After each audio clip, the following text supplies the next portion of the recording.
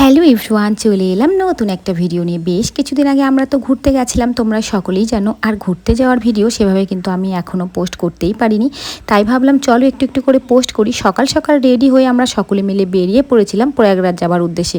আর রাস্তাঘাটে এত সুন্দর সুন্দর ভিউ, সেটাও তোমাদের সাথে শেয়ার করলাম। কিছু দূর যাবার পরে দাঁড়িয়ে আমরা কিন্তু একটা জায়গায় টিফিন করে নিলাম। টিফিন করা কমপ্লিট করে ফাইনালি কিন্তু পৌঁছে গেলাম প্রয়াগরাজে। আর এই সেই প্রয়াগরাজ, মানে সেই জায়গা যেখানে একটা সময় কোটি কোটি মানুষের ভিড় ছিল। এই দেখো, এক সাধু বাবার সাথেও দেখা হয়ে গেল।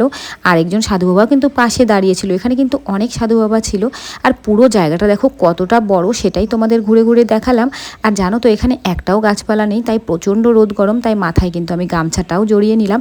এবার কিন্তু আমরা উঠে পড়বো নৌকাতে। আর নৌকা করেই কিন্তু আমাদের মাঝ নদীতে, মানে ত্রিবেণী সঙ্গমে যেতে হবে।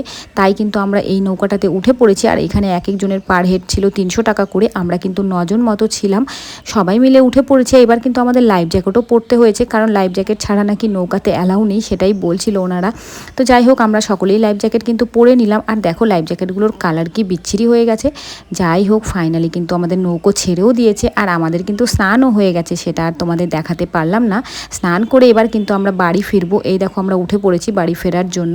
আর এখানে সকলেই রয়েছি। আর এত সুন্দর ভিউটা না কি আর বলবো, তাই তোমাদের দেখালাম। আর জলটা ছিল এতটা ঠান্ডা। আর জানো তো, স্নান করার পরে শরীরটা ভীষণ ফ্রি লাগছিল, ভীষণ ভালো লাগছিল। কিছুক্ষণ বাদেই দেখলাম পুলিশের একটা বোট, মানে এখানেও জলেতেও পুলিশ কিন্তু যাতায়াত করছিল। সেই বোটটা কিন্তু খুব স্পিডে আসছিল। এই দেখো, কোথাও কোনো হয়তো সমস্যা হয়েছিল, তাই পুলিশের বোট দেখো কতটা স্পিডে যাচ্ছিল, সেটাও তোমাদের একটু দেখালাম। এবার কিন্তু আমরা নেমে পড়েছি আমার পাড়ে। আর এখানে কিন্তু মন্দির রয়েছে, সেই মন্দিরেই আমরা যাব। দেখো সকলেই এগিয়ে এগিয়ে যাচ্ছিলাম মন্দিরে। আর এই মন্দিরগুলো ভীষণ পুরনো, মানে অনেক অনেক বছর আগের। তো চলো একটু একটু করে তোমাদের সাথে শেয়ার করি যে মন্দিরে কি কি রয়েছে। তো মন্দিরে ঢুকতে দেখো জায়গাটা কি সুন্দর লাগছিল। আমার দিদিমা শাশুড়ি দেখো আগে আগে যাচ্ছিল, উনি কিন্তু হেঁটে হেঁটেই এখনও সমস্ত মন্দিরগুলো দর্শন করেছিল। আর পুরো জায়গাটা দেখো কতটা সুন্দর।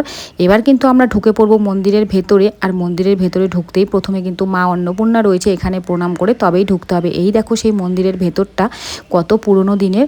যাই হোক, মন্দির থেকে আমরা বেরিয়ে গেছি। আর বাইরেই অশ্বত্থগুলোও দেখো অনেক পুরনো দিনের, সেটাও দেখালাম। এখানে দেখো উট রয়েছে, উটে করে তোমরা কিন্তু প্রয়াগরাজে পুরো এটা ঘুরতে পারবে পার্কটা দিয়ে। তো যাই হোক, সব কিছু কমপ্লিট হলো। এবার কিন্তু আমাদের দুপুরে লাঞ্চও কমপ্লিট হয়ে গেছে। লাঞ্চ কমপ্লিট করে এবার কিন্তু আমরা প্রয়াগরাজকে টাটা বলে এবার চলে যাব আমাদের হোটেলে। তো যেতে যেতে এই সুন্দর ভিউটা তোমাদের দেখালাম। কেমন লাগলো ভিডিওটা জানিও, ভালো লাগলে লাইক করো। টাটা।